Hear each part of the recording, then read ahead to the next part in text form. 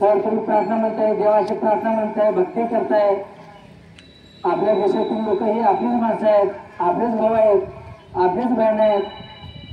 मग या देशामध्ये आपण राहतोय तर आपल्याला चांगल्या प्रकारचं अन्न मिळालं पाहिजे, आपलं राहणीमान चांगलं राहायला पाहिजे, आपल्याला चांगले संस्कार मिळायला पाहिजेत. आपण मोठी व्यक्ती व्हायला पाहिजे. मोठी व्यक्ती होण्यासाठी आपल्याला चांगले संस्कार मिळायला पाहिजे की नाही. रोज शाळेला यायचं आहे, अभ्यास करायचा आहे, गुरुजनांचं आई वडिलांचं मान ठेवायचं आहे. आपल्याला दिलेलं पुस्तक की नाही, मग ते पुस्तक काय करायचं, आपण व्यवस्थित त्याला कवर घालायचे आहेत आणि वाचायचं आहे. त्यातलं सगळं तुम्ही समजून घेऊन अभ्यास करायचा आहे. चांगल्या तुम्हाला पुस्तक आहे, त्यामध्ये छान छान गोष्टी आहेत. त्या पुस्तकामध्ये तुम्हाला छान छान गोष्टी आहेत. मग त्या गोष्टी वाचायच्या, त्या पद्धतीने आपल्या जीवनामध्ये आपण आचरणात आणण्याचा प्रयत्न करायचे आहे. मग आपलं जीवन सुखी संपन्न होण्यासाठी आपण रोज शाळेला यायचं आहे. शाळा शिकून आपण इथून शाळेनंतर पुढचं शिक्षण घ्यायचं आहे. मुलींचं काय होतंय, लहान वयातच लग्न लावून दिलं जातं, बालविवाह. मग आई वडील काय करतात, तुम्हाला तर आता मुली काय पुढे शिकत नाही, चला बाबा आपण त्याचं लग्न लावून देऊ म्हणून लग्न लावून देतात. तुमचं शिक्षण लागते. मग या शिक्षण राहिल्यामुळे तुम्हाला पुढे कुठं कामाला पण म्हणजे जाता येत नाही किंवा शिक्षणही घेता येत नाही. म्हणून आपण शिक्षण घ्यायचं. रोज शाळेमध्ये जे मॅडम सर शिकवतात वेगवेगळ्या प्रकारचे विषय तुमच्याकडे, भाषा आहे, गणित आहे, हिंदी आहे, इंग्रजी आहे, समाजशास्त्र आहे, या सर्व विषयाचा तुम्हाला अभ्यास आहे. सर्व चांगलं आहे. जिथं तुम्हाला अर्थ आहे त्या ठिकाणी सरांना मॅडमला विचारायचं, सर मला कळलं नाही, मॅडम मला समजलं नाही, जरा पुन्हा सांगा, असं त्यांना तुम्ही सांगा, विचारा. आणि मुलांचं उपस्थितीचं प्रमाण कमी असते. बघा मुलं तुम्ही काय करताय, सायकल खेळायचं, मोटरसायकलवरून हिंडायचं, कुठं तर म्हणजे दोस्ताबरोबर बाहेर हिंडायचं, असं करण्यामध्ये तुमचं शाळा होणार नाही. मग तुम्ही आपल्या दुसऱ्या मित्राच्या संगतीनं तुम्ही बिघडताय. आपल्याला बिघडायचं नाही, शाळेमध्ये घडायचं आहे, चांगलं आपल्याला मोठं व्हायचं आहे. तुमच्या आईवडिलाचं नाव लौकिक करायचं आहे. मग आईवडिलाचं नाव लौकिक करण्यासाठी तुम्ही चांगल्या गोष्टी शिकायला पाहिजे की नाही. मग वाईट गोष्टी करत असताना ते काय आपलं नाव तर खराबच होतंय, पण आपल्याला लोक काय म्हणतील, अरे ते कोल्हे ना फार बेकार आहे बाबा. बेकार आणि चांगलं किती बघा, किती जवळचे शब्द आहे. चांगलं म्हणून घ्यायला आपल्याला फार कष्ट घ्यावं लागणार, मेहनत घ्यावं लागणार आहे. तर आपण या ठिकाणी रोज जायचा, अभ्यास करायचा आहे. आपल्या घराजवळ राहणारी मुलं शाळेत येत नाही, आपल्या घराजवळच राहतात, तुम्ही त्यांना चला म्हणत तरी येत नाही. मग तुम्ही काय करायचं, त्यांच्याबरोबर दोस्ती करायचं आणि त्या मुलांना सुद्धा आपल्या बरोबर शाळेमध्ये आणायचं. मग एकत्र आपण यायचं, अभ्यास करायचं. आणि शालेय परिसरामध्ये झाडं आहेत, छान वाटलं मला. असं आपल्या घराजवळ सुद्धा झाड लावलं तर तुम्हाला सुद्धा बरं वाटतं की नाही. झाडं लावा, घराजवळ सुद्धा झाडं लावा. आपल्या शाळेच्या समोरच्या बाजूला मोठी जागा दिसते की नाही, त्या तारीच्या कंपाऊंड पासून तिथून असं एक दोन चार झाडं लावलं तर पुन्हा तुम्हाला चालू मिळते. मग शाळेमध्ये भात दिला जातो, चांगलं पोळ भरून भात खायचं.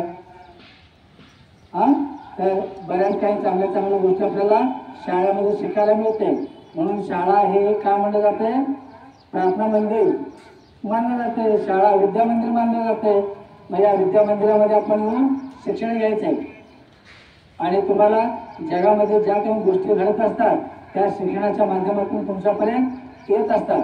म्हणून आई वडिलांच्याकडे मोबाईलचा हट्ट करायचा नाही, आई वडिलांना मोबाईल मागायचा नाही. तुमच्या शाळेमध्ये जवळजवळ 5-6 कॉम्प्युटर आहेत, बैल म्हणून कॉम्प्युटर असलेला, कॉम्प्युटर बैल ना तुमच्या शाळेमध्ये असलेल्या. हा बघा तिथे तुम्हाला कॉम्प्युटरमध्ये असलेली माहिती मॅडम सर सांगतात. सगळं समजून घेऊन त्या कॉम्प्युटरमधली माहिती तुम्ही वहीमध्ये पण लिहून घ्यायचं आणि त्या पद्धतीनं लक्षात ठेवायचं. आणि सगळ्या चांगल्या चांगल्या बाबी आपण आत्मसात करून एक मोठं व्यक्ती बनायचं. म्हणून मी तुम्हाला सर्वांना शुभेच्छा देतो की आपलं शिक्षण चांगलं व्हावं. आणि मुली घरामध्ये बसायचं नाही, मुलींची संख्या जास्त आहे. मग आज उपस्थिती पाहिलं तसं थोडंसं उपस्थिती म्हणजे पटाच्या मानानं उपस्थिती कमी दिसते आहे की नाही. मग थोडंसं सगळेजण आपण इतर मित्राशी दोस्ती करून त्यांना शाळेमध्ये आणायचं. सगळ्यांना कळतं का? हा छान, तुम्हाला सर्वांना शुभेच्छा आहेत. आणि आपण गेल्या आठवड्यात शिक्षण सप्ताह साजरे करू, नाही की नाही? मग शिक्षण सप्ताहामध्ये आपल्या शाळेमध्ये वेगवेगळे उपक्रम राबवले गेले. त्यामध्ये तुम्ही केलेल्या उपक्रमाचं थोडंसं मला थोडं सांगते. तुम्ही केलेल्या उपक्रमाबद्दल मला थोडक्यात तुमच्याकडून कोणाकडून उत्तर देऊ?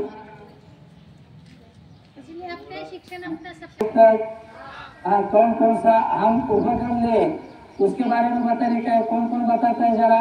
हाँ बोल तू पीछे से. और मेहंदी उसको दे लिए, फिर गांधी के पढ़ाई के बारे में, और वो हाँ और क्या बने? हाँ मद्रासी सब देश में